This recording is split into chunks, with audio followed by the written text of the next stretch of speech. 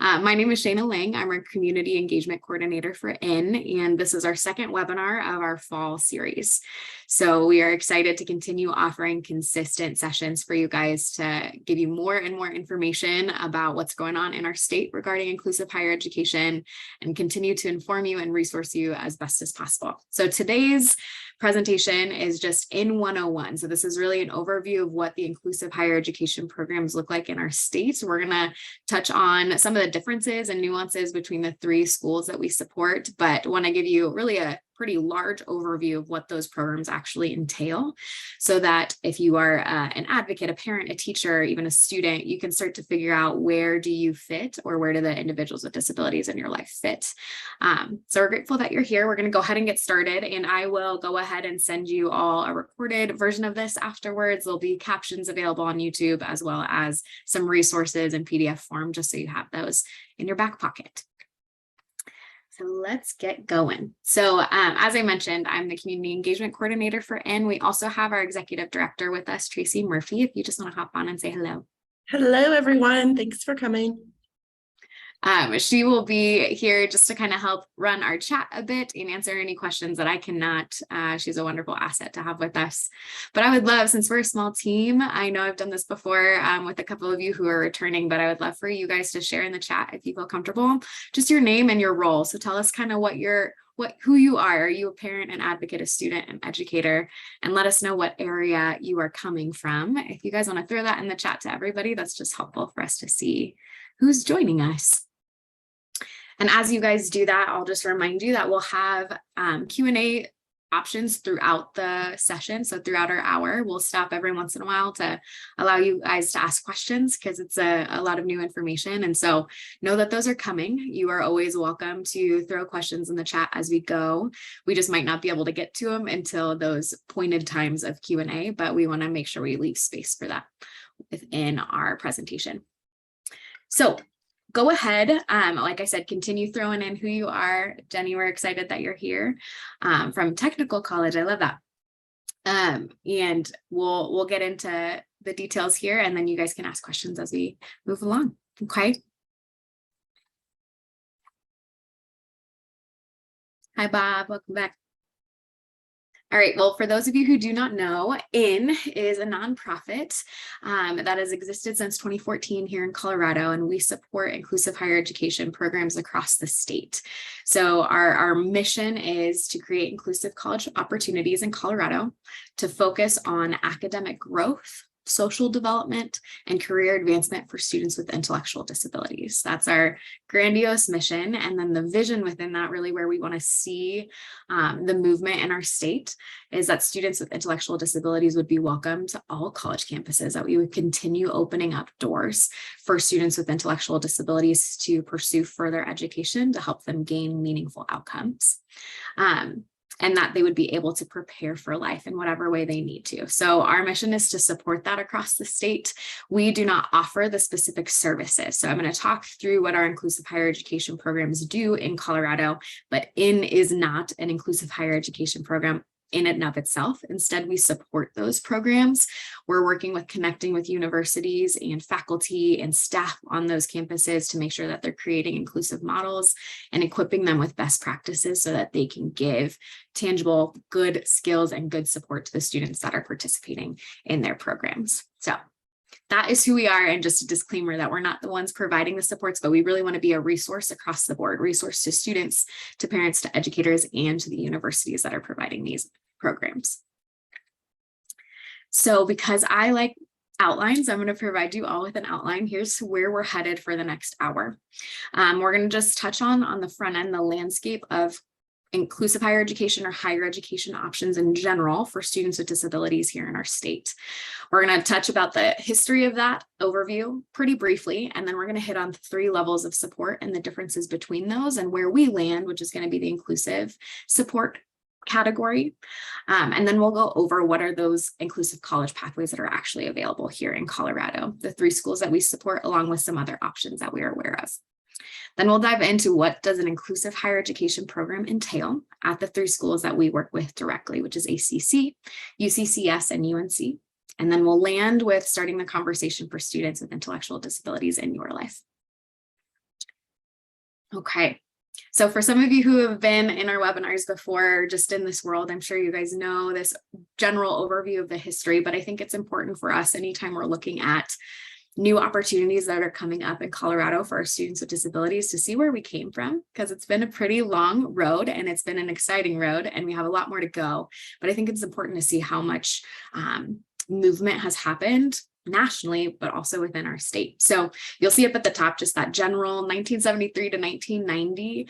In that range of years, there were large federal laws being put into place that were required for all higher education institutions to make sure that we were allowing access to individuals with disabilities that were able to be admitted to the schools that were in existence. So this is what's happening across all higher education institutions, the 504 and the ADA, which is that Section 2 of Americans with Disabilities Act. Those are ensuring that there's not discrimination against individuals who would apply to college and meet the criteria, the entry criteria, that they would still be able to come despite any disability or limitations. And that ADA piece is making sure that the schools are now responsible for providing accommodations and support to help those individuals have equal access to the college campus. So this is kind of this grand, umbrella topic of how we can make sure that colleges are being inclusive and serving students with disabilities. The reality is that we were still missing a population of students with intellectual disabilities who were not able to meet that entry criteria. So you hear a lot of people talk about the cliff after K-12 for these types of students. They graduate from K-12, and then the question is, what's happening next? Where do they go?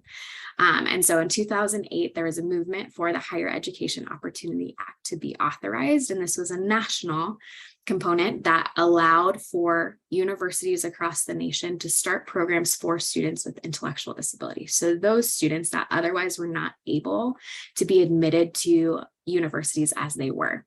And so this launched Think College, which is a national resource hub for inclusive higher education, and started pilot programs across our nation, which is exciting. In the midst of all of that movement, there were key parents and educators and advocates in the state of Colorado that realized that there was important programs being developed across the states, but not yet in Colorado. And so they started to come together and develop a system for how we can start using the same supports and offering inclusive higher education programs to students in Colorado. So in 2014, that's when IN was actually founded by a group of those parents and advocates saying there needs to be resources and pathways for students in our state too. So Colorado was pretty slow to that process, but we hit the ground running. And in 2016, they were able to get a bill passed that provided grants for 3 pilot programs in Colorado. And those are the 3 that are still rolling today and doing great that we'll talk about later. So 2016, we finally joined in this movement for inclusive higher education. And then 2020 is when we saw our first college graduates from our inclusive higher education programs, which was so exciting and so monumental in Colorado, and has just continued to create movement and momentum for us to see more and more students graduate. Since then, we've had about 32 graduates from these 3 programs. Right now, we're serving about 70 students across those 3 schools for this current academic year. So really exciting things are happening. And then the most recent update is there was another House bill passed allowing funding for expansion, because that's really what IN is about. We want to see college pathways across our state to be able to be more accessible to students in other regions of our state. And so we will now be working with the state funding and some other universities to increase other inclusive higher education programs in Colorado, which is incredibly exciting. That funding also allows us to expand in the way of improving our current programs with UNC, UCCS, and ACC. So there'll be some more development coming through over this next year or so. So that's kind of that history of when were really individuals with disabilities welcomed into colleges, served in colleges, and then when we are looking at the population that we focus on, which is students with intellectual disabilities, when were they really able to step in and start utilizing these services to have a more meaningful future? And where are we at now? So we're going to dive into all those pieces. So when I talk about the 3 categories of support, this is looking at institutional higher education supports at large. When you are working with students with various disabilities, they could fit into any of these categories. And so as I go through the criteria, I encourage you guys just to consider who are the people in your life. If it's a child, a student, clients that you work with, where would they fit into these categories of support? Because when we want to be resourcing students and encouraging them to consider college, we don't want to force them into one pathway.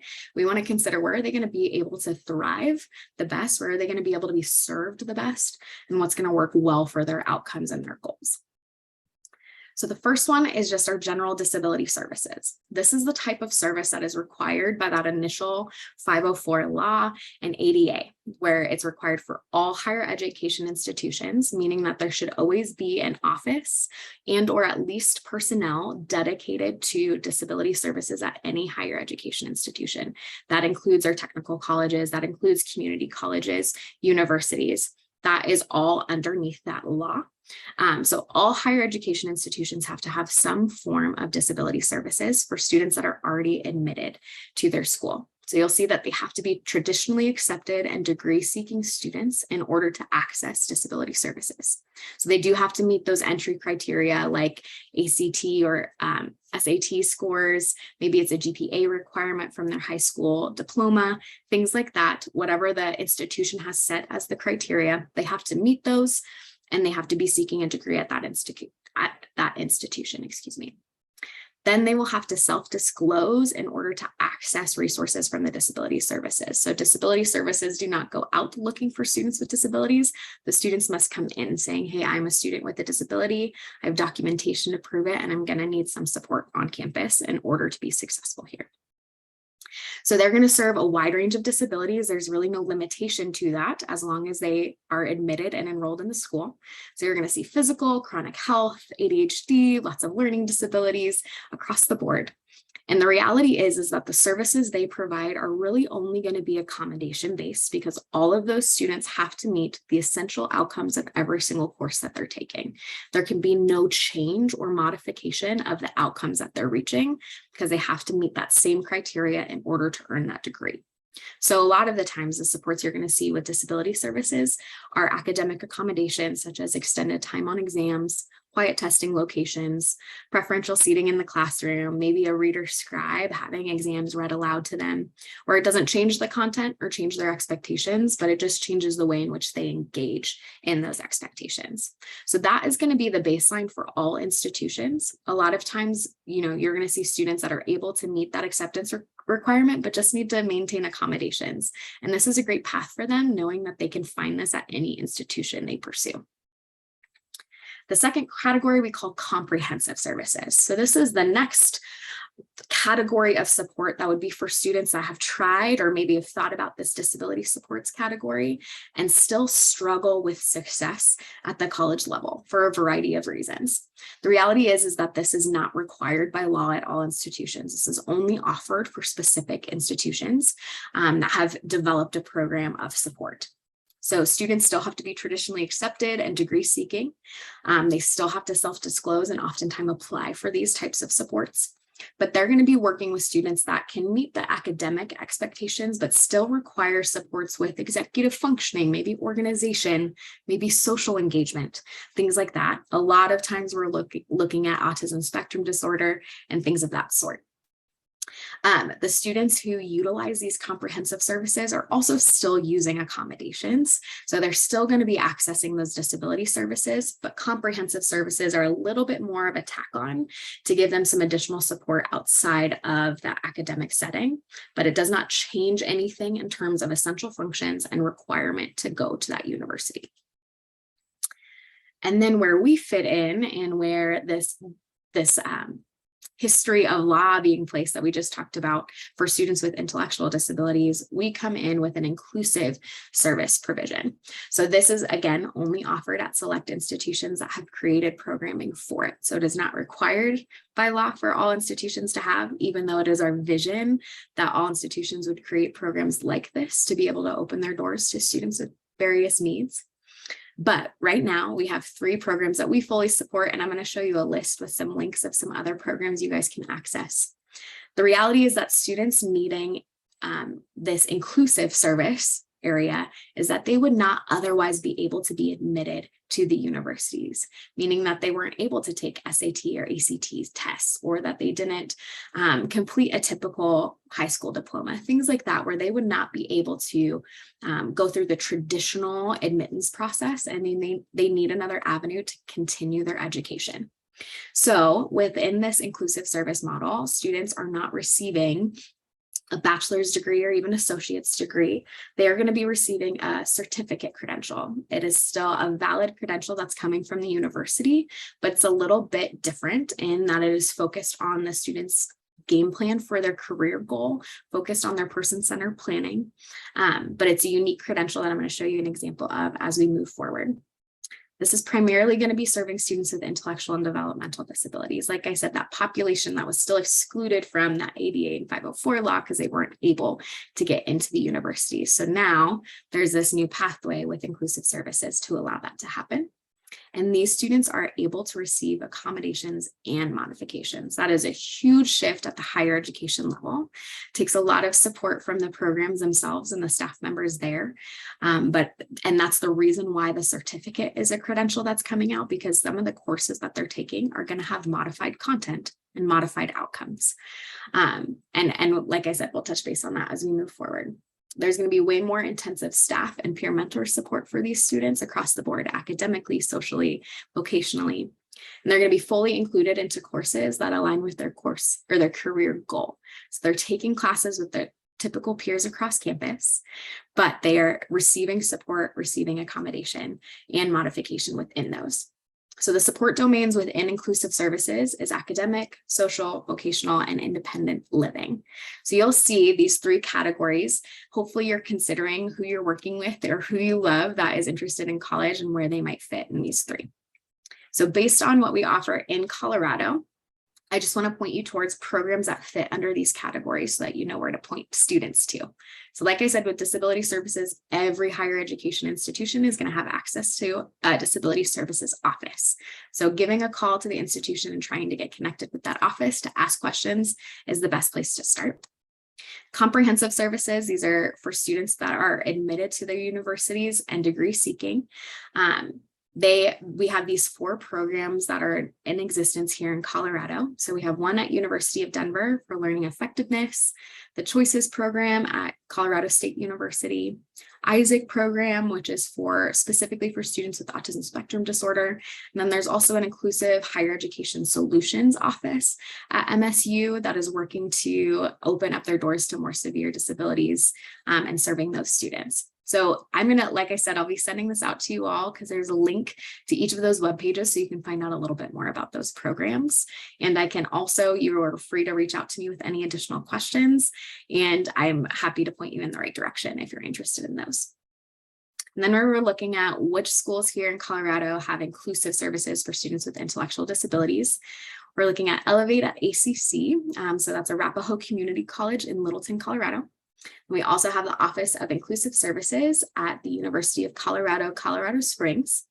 And we also have Goal, which is at UNC in Greeley. So those are the 3 schools that IN specifically partners with resources and supports. There's just begun another option at Regis University called Global. So they're going to be a little bit different than the model I'm talking about today, but they're doing great work and we're excited for them to launch this fall. So I linked them there so that you guys can be able to check out what their program looks like. But we're really going to hone in on what are the 3 programs we know a lot about that are following our inclusive higher education model today. Then down at the bottom, I just linked Think College. Like I said, that's our national resource hub for inclusive higher education. So that link in particular is going to take you to the list of all the Colorado support schools, which are all listed here. But if you ever want to find more contact information, you can and just be able to dive in a little bit more. You can even see what other universities across the nation are offering. So when we're looking at that inclusive services model, this is really our picture of what we're hoping to see when students are attending those universities and attending those programs. Like I said, these are the domains of support. So we have academic, social, career, and independence. And that's what I want to dive into today. What does it look like to receive academic support within our inclusive higher education program? How are they actually engaged and fully integrated into the classes? What does social engagement look like on their campus? How are these programs promoting career advancement and meaningful outcomes? And then what's the independence? How are these students developing holistically as they graduate? So we really see these programs as a holistic process of full development for our students. And the reality is that any student going to college, whether they have a disability or not, is that they're growing in these different spheres and learning different components. And so we want to make sure that our inclusive higher education programs are also addressing all of these components so that our graduates are ready to really have a meaningful future. So as we're just diving in, I want you guys to know, since this has been happening since 2008 across the US, we have data to prove the meaning and the outcomes that are happening for the students with intellectual disabilities that are pursuing higher education. So we're seeing that they have competitive, integrated, and meaningful employment. And here's some stats from the national level that we're seeing 135% increase in employability, meaning they're gaining some employment skills, whether it's soft skills or hard skills for their job, that are allowing them to have more opportunities of the type of career that they're experiencing. 102% increase in wages. So not only are they having more options, but they're also getting paid appropriately for the work that they're doing. 28% decrease in food preparation and a 59% decrease in cleaning and maintenance occupations, not because those aren't great things and students that want to go through that route, it's wonderful, but because students are realizing that there are other routes they could pursue as well that might better align with their skills and their desires. And then we also see that 300% increase in healthcare professions. And this is a pretty bold stat for us to see, because I think a lot of times people assumed students with intellectual disabilities wouldn't be able to succeed in that field. And we're seeing a huge jump in that and seeing success happen. So, and as I mentioned, we've seen over 30 graduates here in Colorado, and they're doing wonderful things. And we'll be able to share a bit about that as we move along. And then over to the right, you'll see in that image, beyond just the employment component, we are also seeing lifelong learning, just a constant desire in these graduates to continue learning new things, that they're having stronger community engagement even after they graduate. They have those social skills to be able to develop with new community, and they just have a more fulfilling future. So the purpose of these inclusive higher education programs and the outcomes that are happening ensure that all of the processing and navigating is really worthwhile. So that is an overview. And like I said, we're going to go into those details, but I'm just curious if we have any questions popping up currently that we can tackle.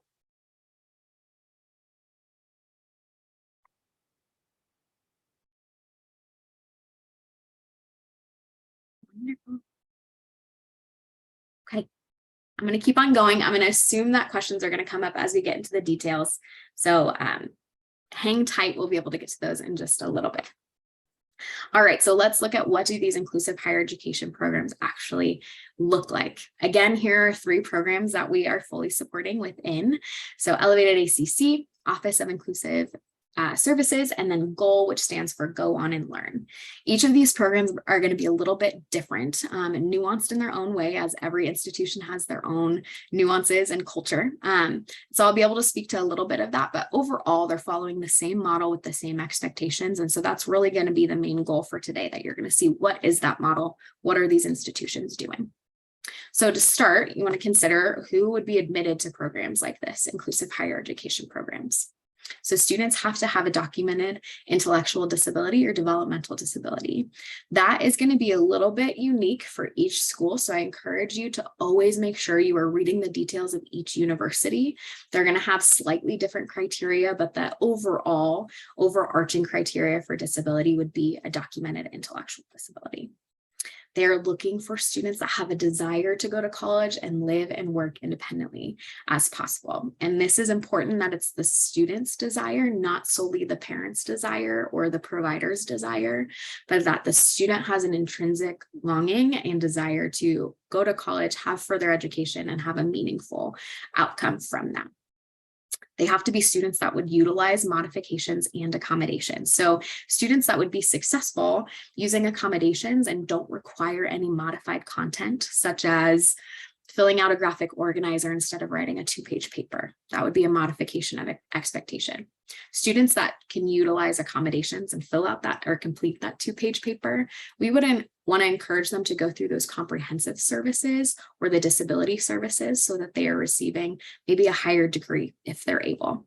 There are some exceptions to this rule, so if you have any questions about that, you can always ask us directly, but mostly we are looking at students that would require modification and accommodation in order to get through their college content. We also ask that students have completed high school, that they've gone through that high school curriculum. And a lot of times we hear families or students wonder if going to their transition program would inhibit them from being able to start at an inclusive higher education program. And it would not. I think oftentimes we encourage students to utilize that transition services that are available to them after K-12. And so it can help you develop skill sets that would help you be successful at the college level. So it will not inhibit students from being able to be admitted into inclusive higher education programs.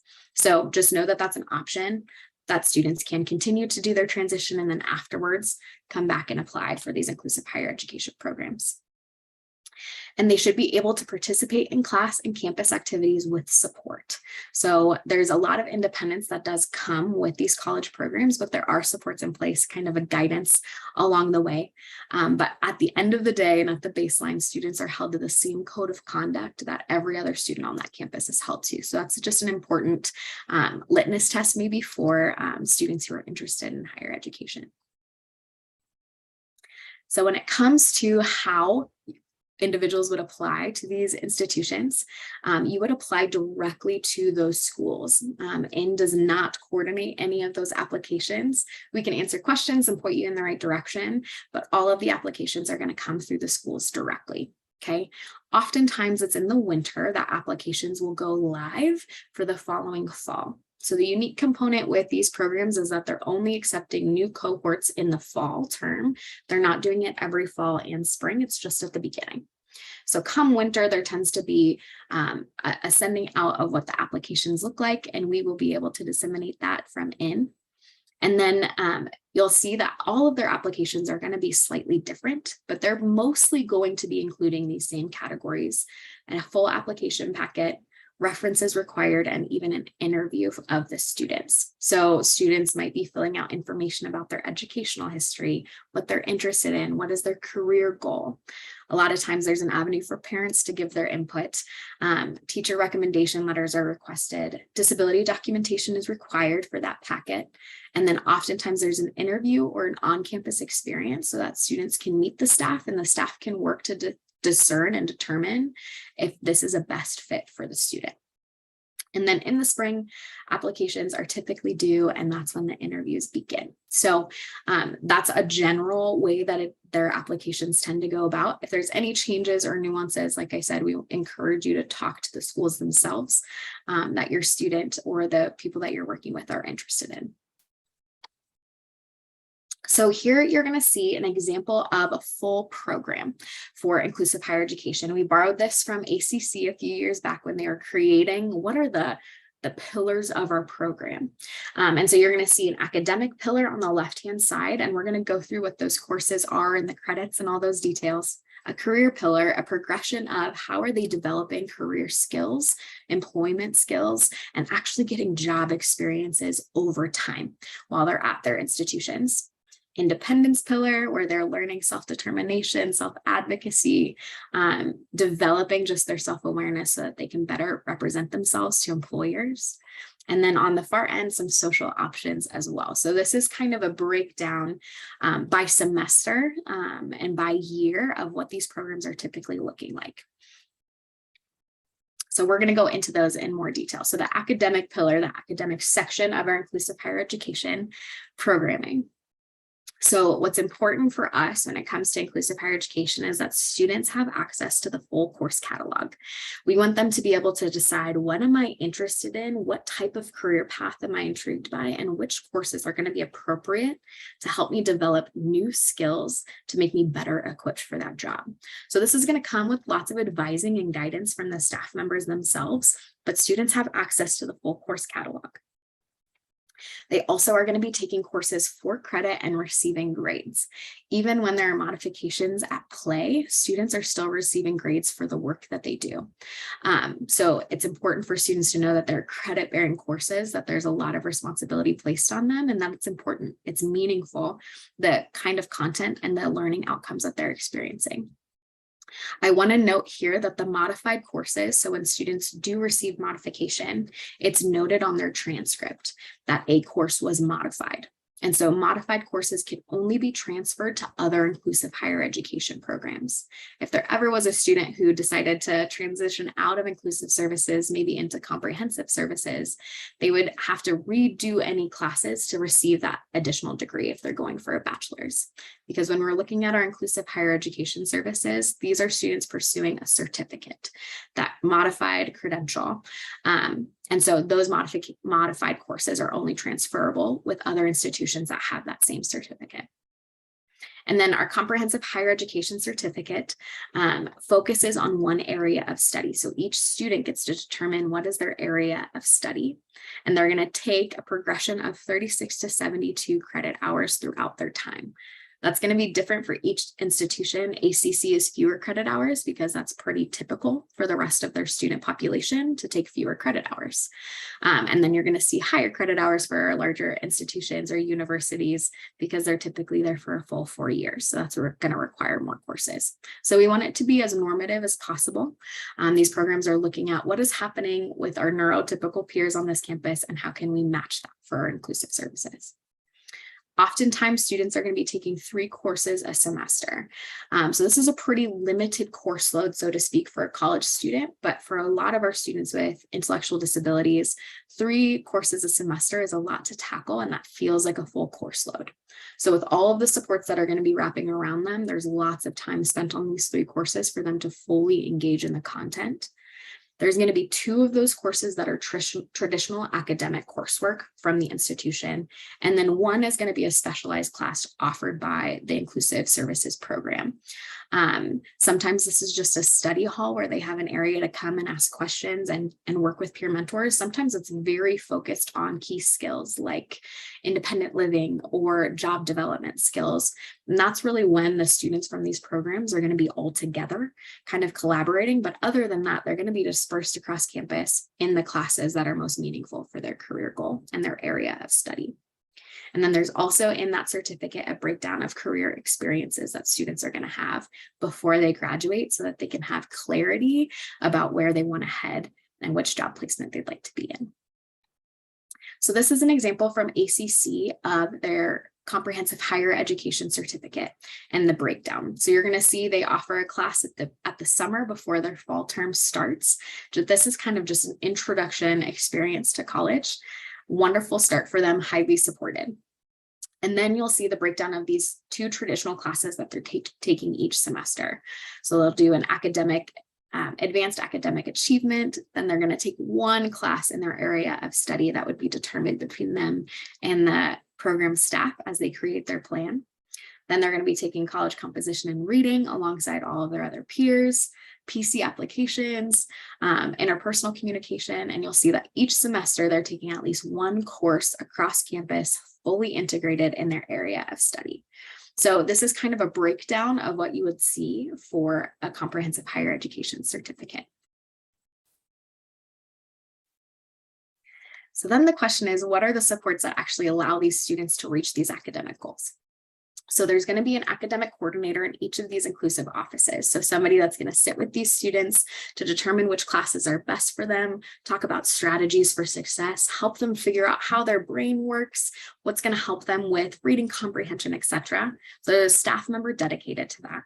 And they're also in those meetings going to help with tracking assignments because that's a pretty daunting component of the college environment. How do we stay on top of all of these syllabi and these assignment deadlines? And so part of that one-on-one meetings or meeting with peer mentors is that they're going to be able to help the students identify a system to track their assignments and track their goals and their achievements within their classes. Again, they're going to receive accommodations and modifications. Modifications are going to be coordinated by the program staff themselves. A lot of times we'll see either a program staff or a peer mentor attend classes with a student that requires modifications, so that if there's an in-class assignment on the fly, that peer mentor or that staff member can limit the expectations a bit, but still get to the core of the assignment, but make sure that it matches the ability level of the student. There's course advising in those one-on-one meetings with our program staff. And then our peer mentors, you'll hear the institutions, if you guys talk with them, they say that they can't run without their peer mentors. Peer mentors are so involved in the support of our students, and that includes lots of times where they sit with them outside of class to help them understand what's an assignment expectation that's coming up. How can we work through this step by step? And then they also offer study halls where students can come together and ask questions of program staff and their peer mentors all together. There's also a push for students to use normative supports on campus. So faculty office hours, asking a peer mentor to go with them if they need help with those conversations, using the tutoring center, using the writing center. We want these students to have all of those experiences that every other student has when it comes to how can I be academically successful. So as you think about the students, the 32 graduates we've had, the 70 students that we're serving, these are just a small list of some of the areas of study that our students have focused on. So you'll see art and design, dance, some of those creative ones, or early childhood education. We had a student that focused on ASL instruction for early childhood.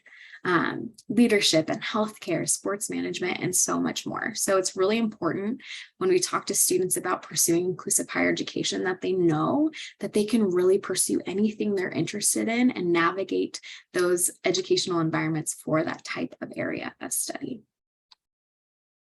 So then we get into the social. How are these social components offered and supported within these inclusive higher education programs? So many of these students are going to be attending events that are facilitated and supported by the inclusive programs, but also all these events across the institution. They want to be fully ingrained in the campus culture, and they are at these 3 institutions. It's wonderful to see. They attend games, sport outings, all these things. So attending events, joining clubs. We even have students that are starting their own clubs on campuses. I've heard of a student starting a knitting club. I know at ACC they have a disability awareness club that they coordinate, and even rushing fraternities. So there's so many opportunities, the typical social environments that any college student has, these students are also able to engage with support. We see a lot of students volunteering across campus and helping at those events, and even taking on leadership roles. So we've had some students from inclusive programs sit on student senate and offer input to faculty and staff members across the institution because they're seeing that they have a voice and that it's important to be shared. And then you'll see that there's going to be a campus engagement staff in each of these inclusive offices. So a staff member dedicated to supporting that campus engagement, that inclusion component across campus. Peer mentors are a huge proponent of this social engagement as well. They're going to help connect them with new friends, tell them where a lot of people hang out, like if it's in a lounge or at the coffee shop on campus. Peer mentors are really going to be the guides for students to see where all of that is taking place. And again, we really want students to be using natural supports, asking peers in class where they're going afterwards, and maybe all going to grab lunch, where it's organic and it's natural, that they're feeling fully engaged and fully included on our campus. Okay, and then when we get into this career piece, this is really when we're looking at why did we create these inclusive higher education opportunities. It's so that once students graduate, they have a more meaningful career option in front of them, skills to take to that employer to say, I am competent and ready, and I know where I can get supports if I need it. So there's a progression of how career development is going to take place at these inclusive higher education programs. So year 1 is really focused on just getting acclimated to college, navigating that whole environment, because it's a lot to take in, and really just exploring. What do you love? Why do you love it? What don't you love? Maybe why don't you love that? Navigating who you are, what are your interests? So a lot of these students are going to be taking career interest surveys, whether with the programs themselves or at the career services office at those institutions with support from the staff. And then also just assessing their career readiness skills, talking through with their peers and with the staff members at these programs, what are the career skills that I would need if I want to pursue X, Y, and Z? So year one is really just starting that conversation, starting the digging. Then year two, we really want students to be learning those job skills and having some tangible experiences. So that might be job shadowing on campus or off campus, and that can be coordinated by the staff members at the programs.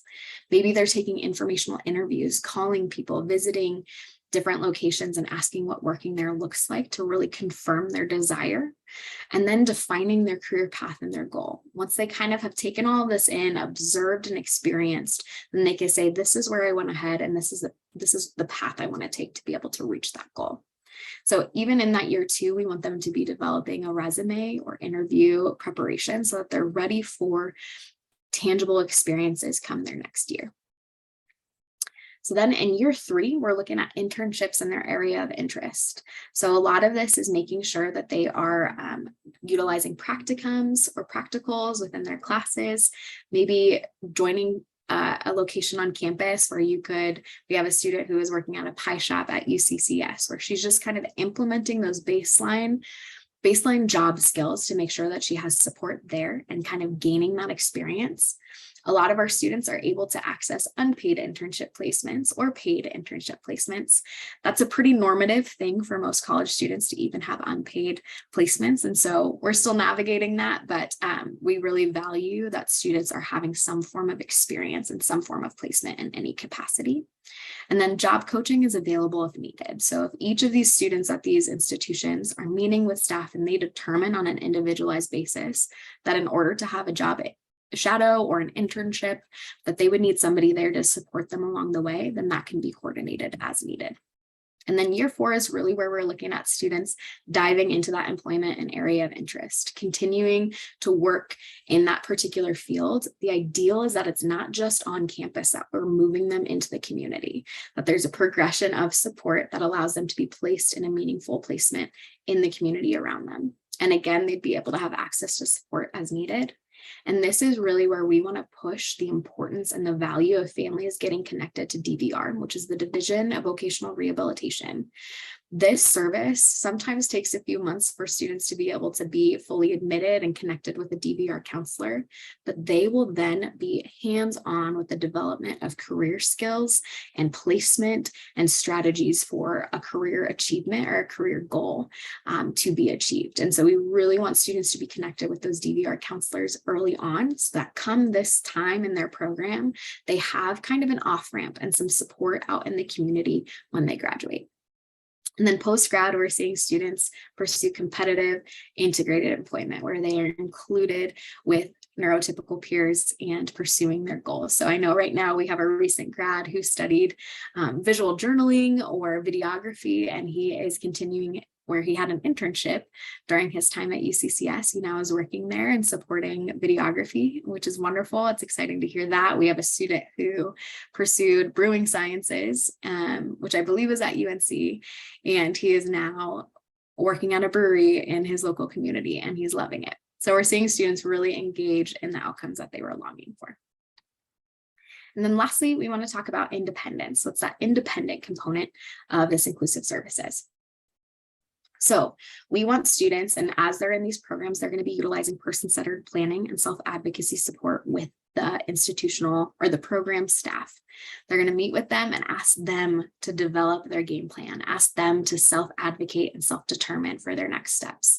They'll be able to talk about different life skills. A lot of times this can come in that specialized course, or it can come one-on-one as they're working with their program staff. They might talk about things like, how do I get around when I'm not on campus? What does public transit look like? How do I do that? How do I plan outings with my friends? Or how do I maintain relationships with my peers? Those are some of the topics that can be discussed amongst the program cohort or even one-on-one with the staff. And then 2 of our schools have residential options. And the reason why ACC does not have a residential option is because that's not an option for any student there. It's a commuter community college. So that is just typical and normative. So we're maintaining that for our inclusive services program. But at UNC and UCCS, there are residential living options. And so those are a little bit different amongst the 2 of them. But at UNC, you have access to the dorms. And at UCCS, they have campus apartments that are really close by by that are a great place for students to start to develop their independent living skills. There are going to be peer supports that are available for them in those environments. But we also encourage that if students need 24/7 care, that they would reach out to Medicaid and see what waivers they have to receive some additional support for that 24/7 overnight care, if that's a need. So if you have any specific nuances in terms of limitations or concerns surrounding that independent living piece, you can always reach out to me and ask, and I can resource you as needed, or you can call those programs directly and ask them about the details of what the independent living needs and expectations are. Okay, so with all of that in mind, we have this financial component come to mind, especially if it's been new for students with intellectual disabilities to go to college. A lot of our families have not been preparing or saving up for that cost. So it's important for us to know, for parents and educators to know what that cost is going to look like. So students in these programs, because they're receiving credit and they're receiving a credential, they're paying for the credits that they're taking. So they're going to pay the tuition fee for each of the credits that they're pursuing. And they're also going to pay for any other student fees that are appropriate. So it's the same cost as the rest of the student body, but it typically is fewer credits that they're paying for at a time. So it may not be the same ticket value, so to speak, but they're paying the same amount per credit. And then there also is a program fee for these inclusive services. We don't want that to be something that is concerning or pushes people away from the opportunity to pursue inclusive higher education, because there are available resources like grants, scholarships, or even DVR funding. So there's some options to help cover the additional cost of the fee for the inclusive services. So we encourage you to ask questions of those particular institutions, to ask what their fees are as those fluctuate as the programs develop. But that's important to know that that's going to be an added component of these programs. And then for those two schools, UNC and UCCS, if students are using room and board on campus, then there would be an additional fee for that if applicable. So as a reminder, costs are going to vary by school. So that's why I didn't want to give you specific numbers. They're going to be very unique to each institution. And you're going to see a pretty significant difference between a community college expense and a university expense, because that's normative for any other student pursuing those different options.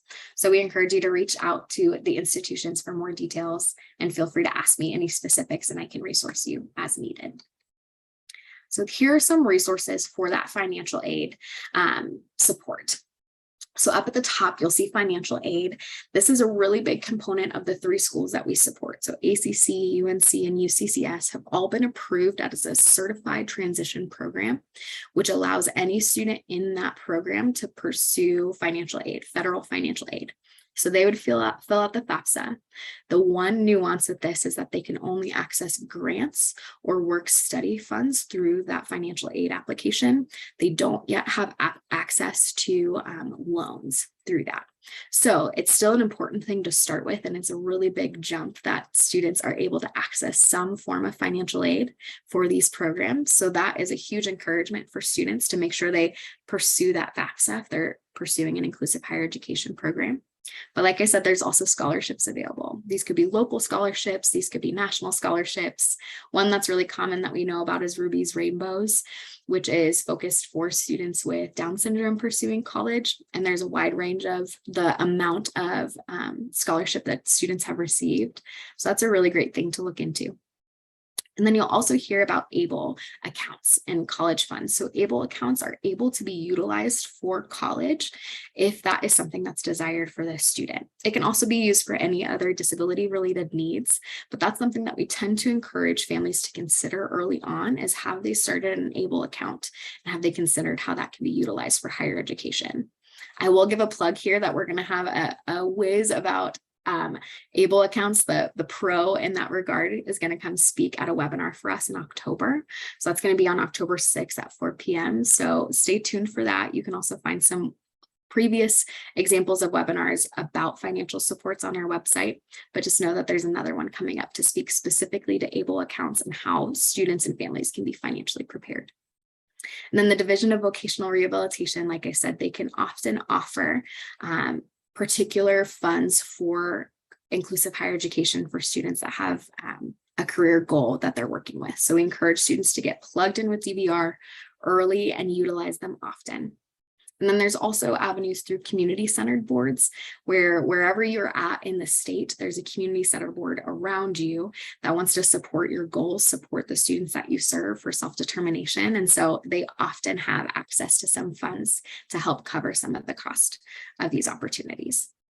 And then something that's not often talked about, but we think is important since it's normative, is that student contribution to the cost of higher education is really typical. And so if students are getting these work experiences through these programs, helping them to navigate how do some of those funds cover some of the costs to the program so that they learn that practice of investment in their future.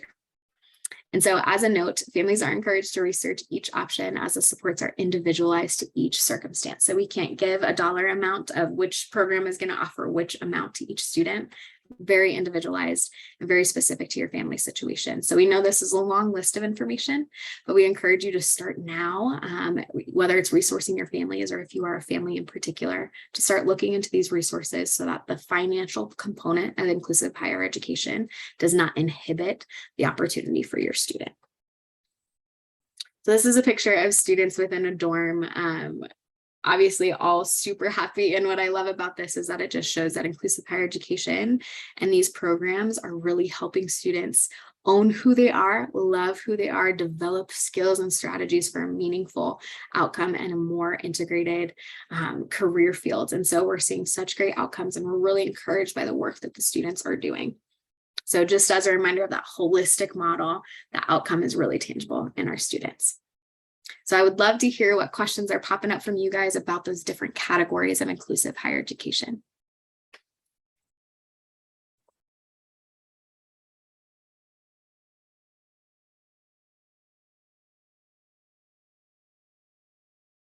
You guys are welcome to throw questions directly in the chat, or you can also unmute yourself and we can chat directly.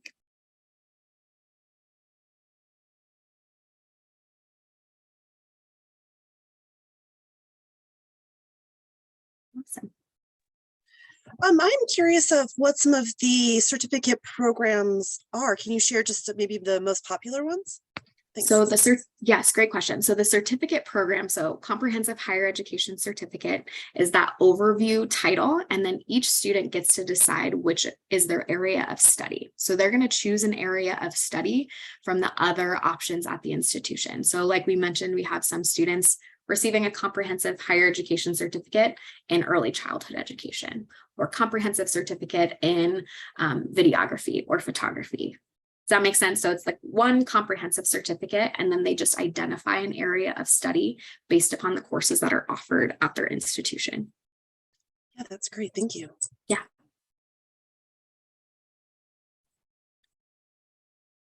Okay. So Jerry is asking, is there a plan to expand to more colleges in Colorado? Is there an option to not have modified courses and be able to complete a level higher than a certificate? Great questions. So to the first, yes. So we are waiting on some funding from the new House bill that was passed for us to be able to support new colleges across Colorado to open their doors for students with intellectual disabilities. What that is going to do is create a grant application program where different universities will submit grants to be able to start inclusive services on their campus, and then we will be able to work with them as they open up their doors and make sure that they're meeting that model of inclusion. So that is happening. It's in momentum right now, in the works right now, and so we're excited about that. We really want to make sure that we're meeting the needs of students across our state and making sure that we're expanding to different locations and even different types of schools. Like I mentioned, a trade school would be wonderful, things like that, but it will be based on that grant process and who actually applies, which institutions across Colorado are willing to start that process with us. So that should be coming down the pike, and we'll be sending out more information soon. And then is there an option to not have modified courses? So I mentioned some exceptions to this, and at ACC in particular, we had one student who actually started at ACC, which a community college is going to be open access. So any student can attend a community college despite their educational background, even if they don't have test scores, things like that. So she started at just general community college level receiving disability services, so accommodations, and really struggled.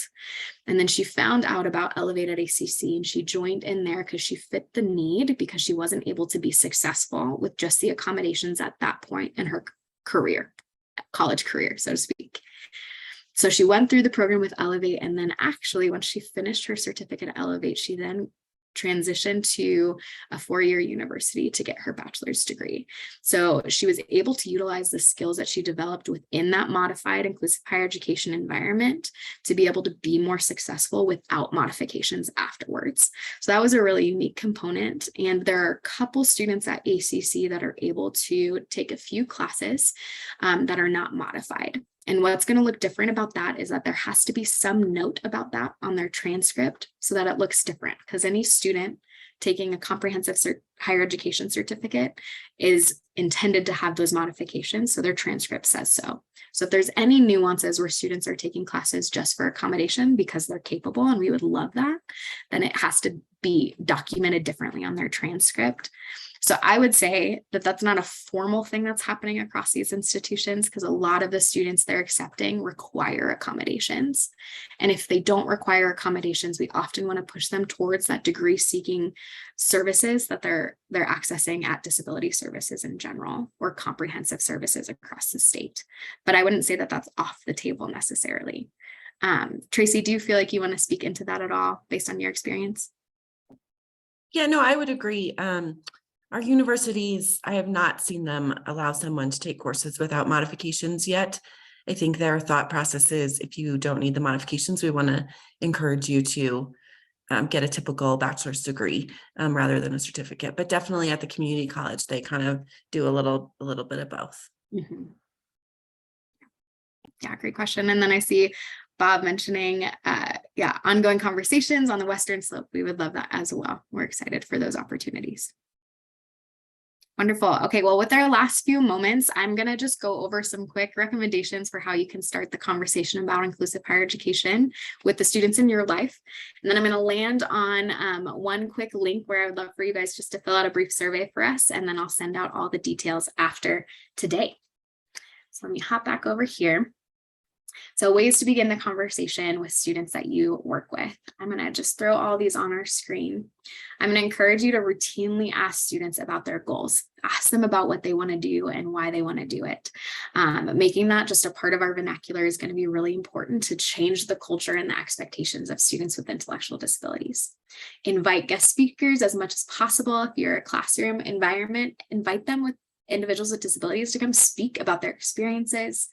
As much as you can, get students into college environments, take field trips. I encourage students to go to community college campuses a lot because it's open access. They could be there. It's open to the community. Just let them see the lay of the land and what it feels like to be on a college campus. Really incorporate person-centered planning and leadership in the IEP process early on so that they're starting to gain that advocacy piece. Advocate for a lot of times in inclusive settings in the K-12 environment. We want them to be gaining experience integrated into the typical classroom so that they're better successful when they're at the college level. And then consider just constantly checking in on college preparation documents. So Think College, Going to College, and ONET Online are really great resources just to kind of look through and help your students start to strategize and explore what they're interested in. We want to offer that you can invite us anytime to come chat with you. If you work for an organization, a school, we would love to come offer webinars or sessions in person. We also offer a mentorship program for students who are high school students with intellectual disabilities that are considering higher ed. They can participate in a mentorship program with students that are currently in inclusive higher education programs, answering general questions, how to be best prepared, etc. So we would love to offer that in your community. So feel free to reach out about that. And then we also have exploration classes and district transition programs. So just know that there are resources available. Reach out so we can bring the information to you. I also have a list here just for any family members of some strategies for self-determination you can implement from home. And I just want to encourage, as you're talking with students, to help them strategize finding the right college for them just as much as you would with any other student. Consider the things that are going to be important to them. And I'm going to link here a guide to considering the different components that students really value when it comes to their college experience. And lastly, these are just input from students at one of our inclusive higher education institutions. And so they say that motivation is important, that personal intrinsic motivation that students would long to be where they're at. Identify future goals early on so that they know where they're headed, what they're after. Look at career options offered at each school and make sure that the school you choose is in line with what you want to do. Work on organization here and now. So checking your emails, strategizing an agenda, things like that. Continue to challenge yourself in basic reading and writing, as those are going to be really big pieces of their academics. Practice self-advocacy as much as possible. And again, get on campus and attend college tours. So that's what I have for you today. I would love for you guys to fill out a survey for me. I'm just going to send you the link directly in our chat. If you have some time, it should just take a couple of minutes. And then stay tuned. I'm going to send you these resources that will include our ongoing webinars and any other information that we can provide you with. We'd love to be a support as you're resourcing students with disabilities. So thank you so much for coming.